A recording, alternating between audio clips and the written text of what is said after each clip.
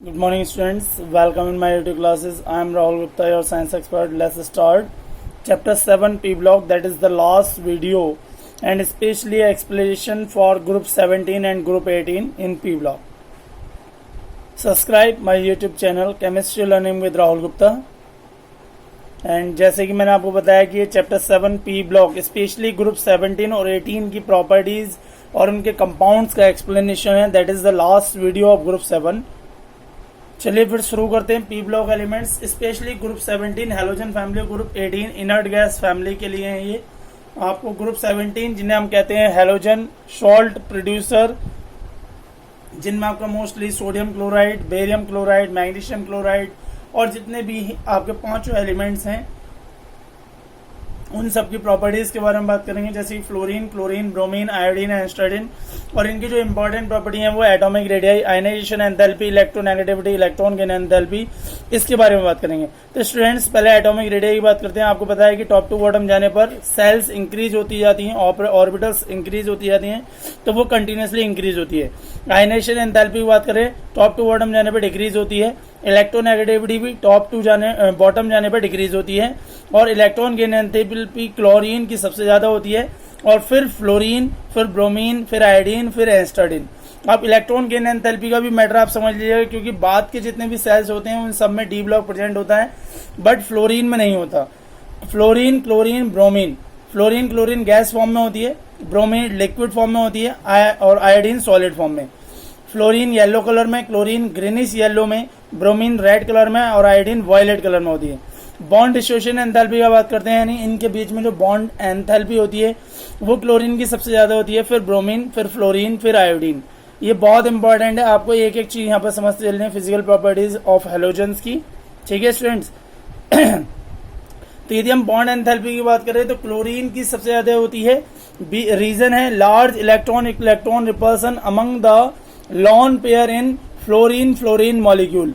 ठीक है स्टूडेंट्स, इसीलिए लॉन पेयर की वजह से ही उसमें जो रिपल्सन है और इसी की वजह से आपकी बॉन्ड एंथैल्पी कम होती है. इसकी ऑक्सीडाइजिंग पावर फ्लोरीन की सबसे ज्यादा है, फिर क्लोरीन, फिर ब्रोमीन, फिर iodine.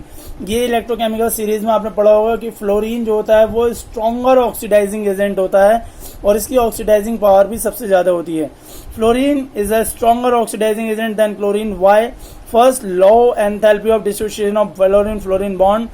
Second, high hydration enthalpy of fluorine ion. ठीक है students, though that is the two reason, that's why fluorine is a strong oxidizing agent than chlorine. Understand students? Question भी हैंड टू हैंड नोट करते चलिएगा, जहां पर भी आपको कुछ समझ में नहीं आए वहां आप पूछ सकते हैं. ठीक है स्टूडेंट, चलिए आगे बात करते हैं oxidation states and trends in chemical activities. So all the halogen exhibit -1 oxidation state, but chlorine, bromine and iodine exhibit +3, +1, +5, +7 oxidation state also. Fluorine केवल -1 रिप्रेजेंट करता है, बट क्लोरीन, ब्रोमीन, आयोडीन जो है वो +1, +3, +5, +7 ऑक्सीडेशन स्टेट भी represent करता है जब इंटर हेलोजन कंपाउंड बनते हैं, स्पेशली वहां पर. देखिए हेलोजन एटम की बात करें तो इनकी एक्साइटेड स्टेट में एक इलेक्ट्रॉन जो है वो डी ऑर्बिटल में आता है, फिर सेकंड, फिर थर्ड. जब एक इलेक्ट्रॉन आपका फर्स्ट ग्राउंड स्टेट में एक अनपेयर्ड इलेक्ट्रॉन है तो वहां पर +1, -1 रिप्रेजेंट होती है. जब 3 इलेक्ट्रॉन अनपेयर्ड होते हैं तो +3, 5 हो जाते हैं +5 और 7 इलेक्ट्रॉन यदि अनपेयर्ड हो जाते हैं तो वहां पर +7 उनकी ऑक्सीडेशन स्टेट रिप्रेजेंट होती है. +7 केवल थर्ड एक्साइटेड स्टेट में होती है, +5 सेकेंड एक्साइटेड स्टेट में, +3 फर्स्ट एक्साइटेड स्टेट और -1 और +1 ग्राउंड स्टेट केवल फ्लोरीन को छोड़कर, और में +1 होती भी है और फ्लोरीन में केवल -1 रिप्रेजेंट होती है. ठीक है students, so that is the representation of the oxidation state of the halogen family. You can check that is very clear to in all. On the ground state, first excited state, second and third excited state. Students note करते चलिएगा. उसके बाद बात करते हैं reaction with water. देखिए fluorine water के साथ रिएक्शन कर फ्लोरीन आयन में कन्वर्ट हो जाता है, और मोस्टली जितने भी हेलोजन है वाटर में रिएक्शन करने के बाद हाइड्रोजन हैलाइड और हाइड्रोक्सिल हैलाइड बनाते हैं, HX और HOX बनाते हैं. X वहां पर क्लोरीन और ब्रोमीन होगा. ठीक है, आयोडीन रिएक्शन करने के बाद आयोडीन आयन आयोडीन गैस में कन्वर्ट हो जाता है. ठीक है स्टूडेंट्स, और वाटर मॉलिक्यूल वहां से डिस्चार्ज कर देता है. ये रिएक्शन आपकी बहुत इंपॉर्टेंट है. Fluorine oxidize water to oxygen chlorine and bromine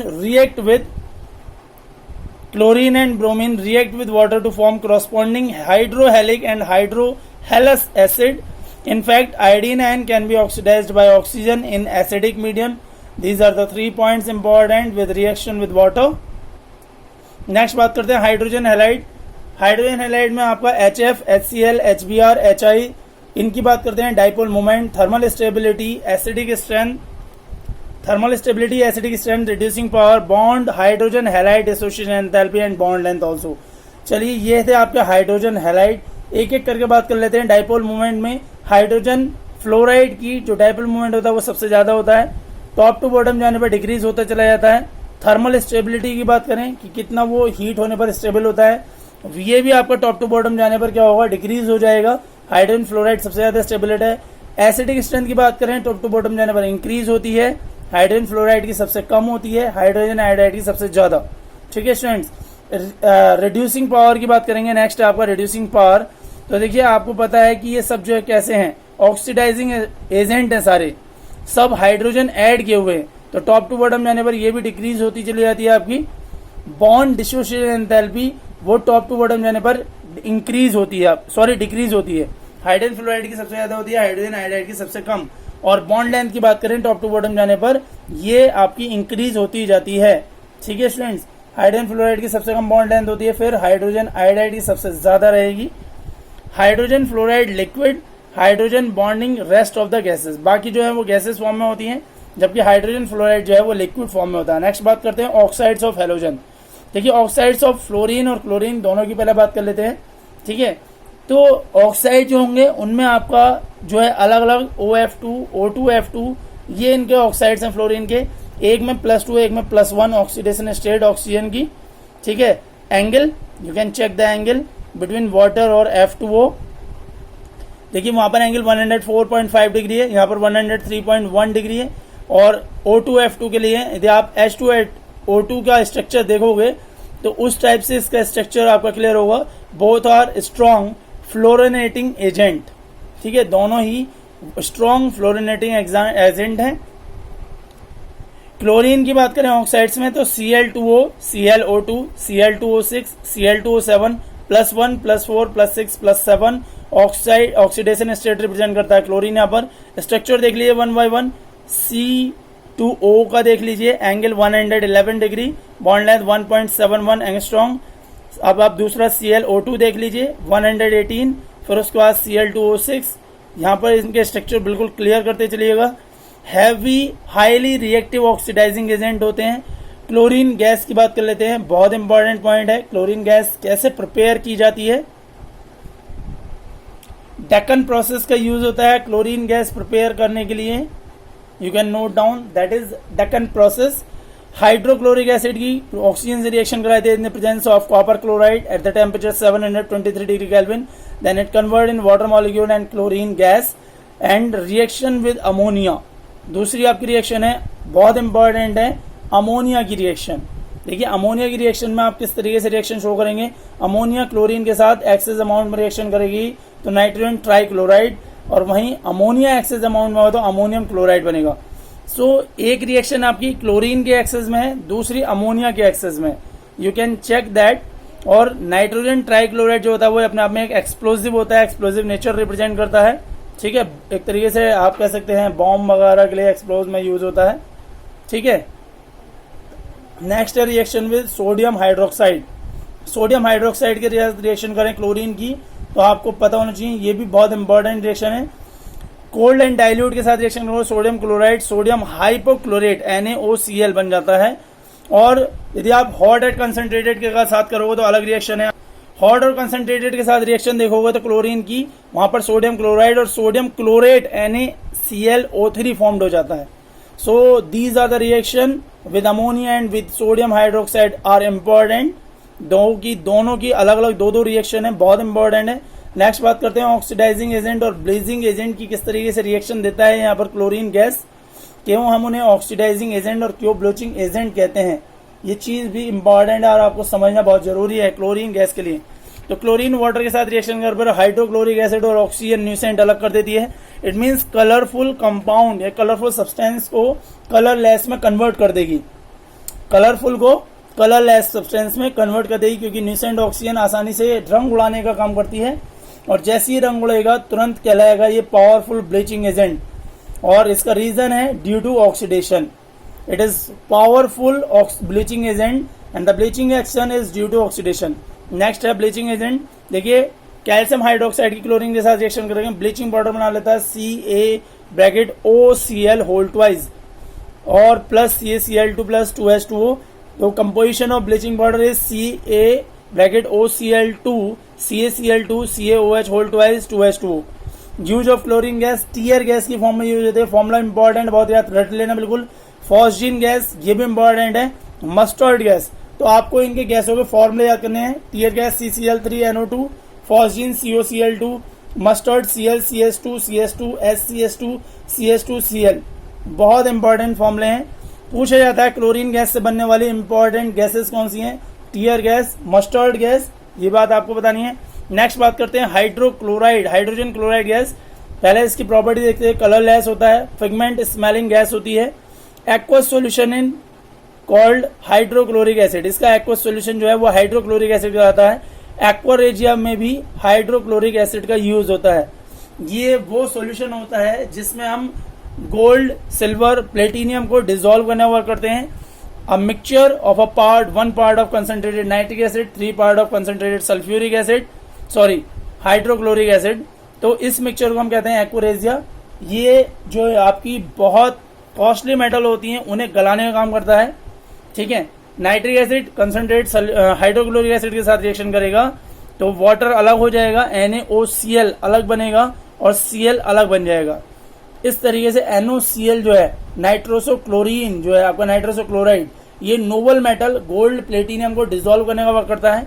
देखिए ये रिएक्शन इंपॉर्टेंट है, लर्न करनी है आपको। कॉपर के साथ गोल्ड के साथ किस तरीके से रिएक्शन देता है और प्लेटिनियम के साथ किस तरीके से रिएक्शन करता है। अधिकतर चोर इस मिक्सचर का यूज करते हैं जो गोल्ड या प्लेटिनियम वगैरह को, या मोस्टली गोल्ड की बात कर लेते हैं, तो गोल्ड को डिसॉल्व करने के लिए यूज किया जाता है इस रिएक्शन को। ये क्लोराइड आयन के साथ रिएक्शन कर लेगा और सिल्वर क्लोराइड गोल्ड क्लोराइड बना लेगा। और दूसरा आपका है प्लेटिनियम के साथ भी प्लेटिनियम क्लोराइड। फिर बात करते हैं ऑक्सो एसिड्स ऑफ हैलोजन। देखिए ऑक्सो एसिड को समझ लीजिए, आपके 4 टाइप के ऑक्सो एसिड्स होते हैं। हैलिक एसिड, हैलिक एसिड यानी कि उसमें आपका आता है हाइपोहेलस एसिड, फिर हेलस एसिड, हैलिक एसिड और फिर पर हाइलिक एसिड। पहले में हाइपोक्लोरस एसिड होता है केवल HOF, फिर जो क्लोरस एसिड है उसमें आपकी चारों फॉर्म होती हैं क्लोरीन की, ठीक है, चारों फॉर्म क्लोरीन की होती हैं। चारों टाइप में आपका क्लोरीन प्रेजेंट करता है। ये ऑक्सो एसिड्स की बात कर रहे हैं।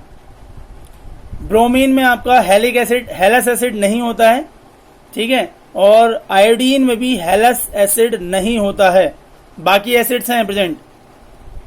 दिख रहा है स्टूडेंट्स? बहुत इंपॉर्टेंट है, आपको लर्न करना है इसे बहुत अच्छे से। ये फॉर्मूला आपको अच्छे से समझ लेना है। देखिए फ्लोरीन केवल एक ही बनाता है, हाइपोफ्लोरस एसिड। क्लोरीन चारों बनाते हैं। ब्रोमीन आपका हैलिक एसिड, ब्रोमीन और आयोडीन हैलिक एसिड यानी कि हेलस एसिड जो है वो नहीं बनाते हैं। इनका स्ट्रक्चर देख लीजिए हाइपोक्लोरस एसिड का, HOCl के लिए बहुत इंपॉर्टेंट स्ट्रक्चर है इस पर। क्लोरीन पर आपको बताया कि 7 इलेक्ट्रॉन्स होते हैं, 1 बॉन्डिंग कर रहा है यहाँ पर। फिर उसके बाद क्लोरस एसिड HOClO, फिर उसके बाद क्लोरिक एसिड और लास्ट वाला पर क्लोरिक एसिड HClO4। बहुत इंपॉर्टेंट है, आपको नोट करना है। पहले वाले में sp क्यूब टाइप हाइब्रिडाइजेशन होता है, ठीक है students, sp cube type hybridization. ये क्लोरीन वाला तो बिल्कुल बहुत अच्छे से पढ़ लेना है आपको। चलिए बात करते हैं HClO4, HClO3, HClO2, HClO। इससे ऊपर भी आपके होते हैं +1, +3, +5, +7 ऑक्सीडेशन स्ट्रेंथ होती है इनकी। एसिड स्ट्रेंथ और oxidizing power, stability of ion की बात करेंगे। ये कुछ इंपॉर्टेंट प्रॉपर्टीज है जो हमें समझनी है। ये हमारा एसिडिक स्ट्रेंथ डिपेंड करता है ऑक्सीडेशन नंबर पर। देखिए जो सबसे ऊपर है यानी जिसकी सबसे ज़्यादा ऑक्सीडेशन स्ट्रेंथ है, स्टेट है, वो सबसे ज़्यादा इंपॉर्टेंट रहेगा, उसकी एसिडिक स्ट्रेंथ सबसे ज़्यादा रहती है। और ऑक्सीडाइजिंग पावर उसकी जस्ट अपोजिट होती है, यानी जिसकी एसिडिक स्ट्रेंथ सबसे ज़्यादा होगी वो उसकी ऑक्सीडाइजिंग पावर सबसे कम होगी। ये चीज़ आपको यहाँ पर समझ लेनी है, दोनों ही डिस्प्रोपोर्शनल है, क्योंकि उस पर जैसे आप हाइड्रोजन हटाएंगे एक चार्ज रह जाएगा। अब यदि स्टेबिलिटी ऑफ आयन की बात करें तो जिसकी एसिडिक स्ट्रेंथ ज़्यादा उसकी स्टेबिलिटी ऑफ आयन भी ज़्यादा।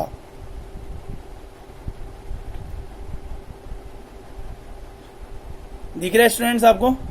नोट करते चलिएगा, ये बिल्कुल शॉर्ट टर्म में आपके लिए नोट्स हैं, जिसे इजीली आप लर्न कर सकते हैं, आसानी से समझ सकते हैं। एसिडिक स्ट्रेंथ किसकी ज़्यादा होगी, ऑक्सीडाइजिंग पावर किसकी ज़्यादा होगी, स्टेबिलिटी ऑफ आयन किसकी ज़्यादा होगी, ये बहुत ही इंपॉर्टेंट है, आपको लर्न करना है बिल्कुल अच्छे तरीके से। ऑक्सीडेशन स्टेट भी पता होनी चाहिए क्लोरीन की किस में कितनी दिखा रहा है। इसमें आपकी +1, +3, +5, +7 चारों ऑक्सीडेशन स्टेट पर क्लोरीन जो है ऑक्सो एसिड्स फॉर्म करता है। फ्लोरीन जबकि केवल एक ही बनाता है आपका फर्स्ट वाला हेलिक एसिड जिसे कहते हैं हम। चलिए बात करते हैं इंटरहैलोजन कंपाउंड। इंटरहैलोजन कंपाउंड क्या है? आपके combination of two different halogen. जब हम कोई भी दो हैलोजन को एक दूसरे से जोड़ देते हैं, चार टाइप के बनते हैं, XX-, XX-3, XX-5, XX-7 चार टाइप के इंटरहैलोजन कंपाउंड फॉर्म होते हैं।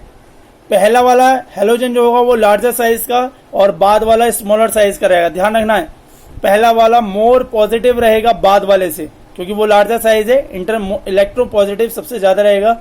मान लीजिए Fi7 है, Fi7 है या IF7, तो देखिए बहुत ध्यान से समझ लीजिए, यदि F पहले लिखा हुआ है इसका मतलब वो लार्जर साइज, वो ज्यादा इलेक्ट्रो पॉजिटिव। यदि I पहले लिखा हुआ है तो इसका मतलब I लार्जर साइज और I मोर इलेक्ट्रो पॉजिटिव। ध्यान रखने वाली बात है इसमें, ये चीज आपको पता होनी चाहिए। देखिए इंटरहैलोजन कंपाउंड की डेफिनेशन भी है, halogen combines amongst themselves to form a number of compounds known as interhalogen compounds. They can be assigned general composition as that XX-, XX-3, XX-5, XX-7। ठीक है, these are all covalent molecules and are dimagnetic in nature. They are volatile, solid or liquid except ClF. XX- bond in interhalogen is weaker than XX bond in halogen except fluorine bond. ठीक है, अब इनकी reaction भी interhalogen compounds are very useful fluorinating agent. Structure देख लीजिए, ICl के लिए linear रहेगा, बहुत इंपॉर्टेंट है, आपको यहाँ पे समझते हुए चलना है। ठीक है, और इसके बाद आपका बैंड टाइप शेप बनाता है, इसे बोलते हैं हम शीशा शेप, शीशा। ठीक है, बैंड टी शेप्ड है। उसके बाद नेक्स्ट वाला स्क्वायर बाइपिरामिडल है, दिख रहा होगा आपको। क्लोरीन पर एक लॉन पेयर भी प्रेजेंट है, यहाँ पर 5 फ्लोरीन जुड़ी हुई हैं। उसके बाद पेंटागोनल बाइपिरामिडल शेप, जिसमें आप ClF7 वाला स्ट्रक्चर बनाते हैं, ClF7 स्ट्रक्चर, क्योंकि क्लोरीन तो चारों ही टाइप के कंपाउंड से रिएक्शन कर लेगा अपने से नीचे वालों के साथ। मोस्टली ये रहता है कि ऊपर वाले कंपाउंड के साथ ज्यादा स्टेबिलिटी देता है। ठीक है, क्लोरीन फ्लोरीन के साथ रिएक्शन करेगा तो क्लोरीन फ्लोराइड भी बना लेगा, क्लोरीन ट्राई फ्लोराइड भी बनाता है। ठीक है, आयोडीन क्लोराइड भी बनाएगा, आयोडीन ट्राई क्लोराइड भी बनाएगा, ब्रोमीन ट्राइफ्लोराइड और ब्रोमीन पेंटाफ्लोराइड बनाता है। इनमें आपको स्ट्रक्चर पे भी समझना है। देखिए इसे बोलते हैं बैंड टी शेप्ड सीसा, जिसे बोलते हैं ब्रोमीन ट्राइफ्लोराइड, जिसकी मैं अभी बात कर रहा था। ब्रोमीन ट्राइफ्लोराइड जो है वो अपने आप में डाइल्यूटेड विद वाटर की प्रेजेंस में फॉर्म्ड होता है। The two lone pair will occupy the equatorial position to minimize lone pair and bond pair repulsion. देखिए रिपल्सन क्या है, यहाँ पर रिप्रेजेंट कर रहा है ये, the axial fluorine atoms will be bent towards that. तो आप इसे नोट कर लीजिएगा। अब ग्रुप 18 नोबल गैसेस के बारे में बात करते हैं। 6 नोबल गैसेस हैं, helium, neon, argon, krypton, xenon, radon. All the noble gases except radon occurs in the atmosphere, first point. Second, argon 1% in the major constituents. Argon सबसे ज्यादा प्रेजेंस रहता है सबसे ज्यादा अमाउंट में, बाकी नोबल गैसेस तो बहुत कम अमाउंट में है। और next there valence shell orbital completely fielded, इनकी जो सेल्स होती हैं वो कंप्लीटली फिल्डेड होती हैं। ठीक है students. Noble gases are mono atomic, mono atomic से मतलब है He, Ne या Ar, Kr, Xe, Rn आप इसे लिख सकते हैं। They are very low melting and boiling point because only type of inter atomic interaction in these elements is weak dispersion force. Next है आपका, अब इसकी बात करते हैं एटॉमिक और physical properties. Electronic configuration NH2 NP6, बस हीलियम का NH2 रह जाता है। आयनेशन एंथैल्पी, इलेक्ट्रॉन की एंथैल्पी की बात करेंगे। आयनेशन एंथैल्पी की बात करें तो जैसे जैसे हम टॉप टू बॉटम जाएंगे आयनेशन एंथैल्पी डिक्रीज होती जाती है। हीलियम की सबसे ज्यादा, फिर नियॉन, फिर argon, krypton, xenon, radon. Electron gain enthalpy की बात करते हैं। देखिए इलेक्ट्रॉन गेन एंथैल्पी आपको पता है कि अपने आप में वो अमाउंट ऑफ एनर्जी होती है जो किसी भी इलेक्ट्रॉन को एक्सेप्ट करने की टेंडेंसी रखती है। अब आपको पता है कि नोबल गैस तो इलेक्ट्रॉन एक्सेप्ट करने की टेंडेंसी रखती ही नहीं है, तो अपने आप में इलेक्ट्रॉन गेन एंथैल्पी क्या होगी, वहां पर जब उसकी कोई टेंडेंसी नहीं है इलेक्ट्रॉन एक्सेप्ट करने की, तो वो लार्जर पॉजिटिव वैल्यू रिप्रेजेंट करती है electron gain enthalpy. So have large positive values of electron gain enthalpy. जैसे नियॉन की बात करें 116 किलो जूल पर मोल। उसके बाद नील बेरलेट ने पहला एक्सपेरिमेंट किया था 1962 में जीनॉन प्लेटिनियम हेक्साफ्लोराइड के बीच में। उन्होंने प्लेटिनियम हेक्साफ्लोराइड और जीनॉन का आपस में मिक्स किया था और कंपाउंड बना था डाई ऑक्सीजेनल हेक्साफ्लोराइड प्लेटिनेट। और ये कुछ कंपाउंड्स हैं जीनॉन के, XeF2, XeF4, XeOF2, XeF6, XeOF4, XeO2F2, XeO3, XeO4, XeO3F2। तो इनमें +2, +4, +6, +8 जीनोन ही ऑक्सीडेशन स्टेट डिफरेंट रिप्रेजेंट करती है। You can check by that. ये जीनोन के कुछ कंपाउंड्स हैं, इसके अलावा और कोई भी नोबल गैसेस कंपाउंड फॉर्म नहीं करती है। जीनोन ऑक्सीजन और फ्लोरीन से रिएक्शन कर लेती है क्योंकि इन दोनों की इलेक्ट्रोनेगेटिविटी सबसे ज्यादा होती है। फ्लोरीन की इलेक्ट्रोनेगेटिविटी 4 होती है और उससे कम इलेक्ट्रोनेगेटिविटी ऑक्सीजन की होती है। फॉर्मेशन देख लीजिए XeF4, XeO2F2 मॉलिक्यूल्स के लिए। यदि आप XeF4 की बात करेंगे तो जब 1:5 का रेशियो जीनोन और फ्लोरीन के बीच में रखा जाता है at the temperature 873 to 7 bar pressure, तब हेक्सा जीनोन टेट्राफ्लोराइड फॉर्म्ड होता है। Total number of valence shell xenon 8, total number of valence shell in fluorine 7 × 4 28। तो total number of valence shell कितने हो गए 36 दोनों के मिलाकर XeF4 में। फिर arrange 36 electrons between XeF4 molecules. देखिए किस तरीके से इसके 36 जो मॉलिक्यूल्स हैं उन्हें आप डिस्क्रिप्शन करेंगे। भाई 8 इलेक्ट्रॉन सबको मिल जाएंगे। अब 8 4 से 32 ही तो हुए। अब 2 आपके पेयर रह गए, वहां पर उन्हें 2 लॉन पेयर में आप रिप्रेजेंट कर देंगे। भाई आपका 8 4 से 32 पर बैलेंस हो गया, बट आप 32 के यहाँ पर हैं कितने 36, तो 2 आपके पास लॉन पेयर रह जाते हैं जो Xe पर बनते हैं। इसके लिए ये स्क्वायर प्लैनेट स्ट्रक्चर फॉर्म करता है। इसका जो हाइब्रिडाइजेशन टाइप होता है वो होता है sp3d²। sp3d²। ठीक है, बॉन्ड पेयर कितने बनना है 4, लॉन पेयर कितने रह गए 2, स्ट्रक्चर कौन सा बन गया sp3d बन गया। ठीक है स्टूडेंट्स, sp3d²। तो ये जनरल प्रिपरेशन मेथड है जीनोन टेट्राफ्लोराइड के लिए।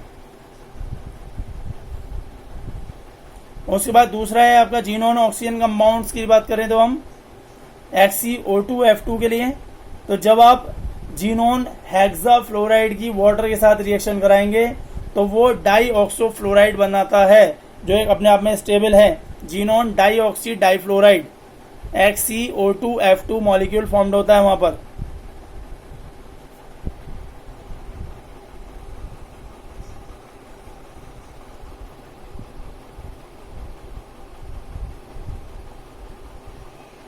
देखिए नेक्स्ट उसमें XeO2F2 में total number of valence electron in Xe8, F पर total 14, total number of valence electron कितने हो गए ऑक्सीजन पर 12, तो टोटल हो गए वो XeO2F2 पर 36।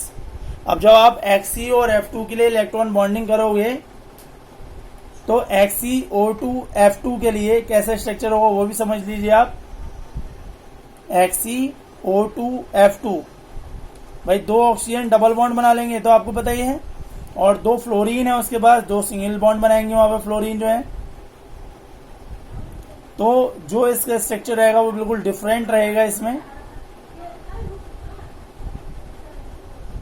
क्योंकि ये जीनोन डाइऑक्सी डाइफ्लोराइड है। ठीक है स्टूडेंट्स, तो टोटल ये भी 32 एलिमेंट्स आपके कंपाउंड रहेगा। यहाँ पर भी 2 आपके लॉन पेयर प्रेजेंट रहेंगे जीनोन पर। ठीक है स्टूडेंट्स, 2 लॉन पेयर प्रेजेंट रहेंगे। इस तरीके से देख लीजिए स्ट्रक्चर।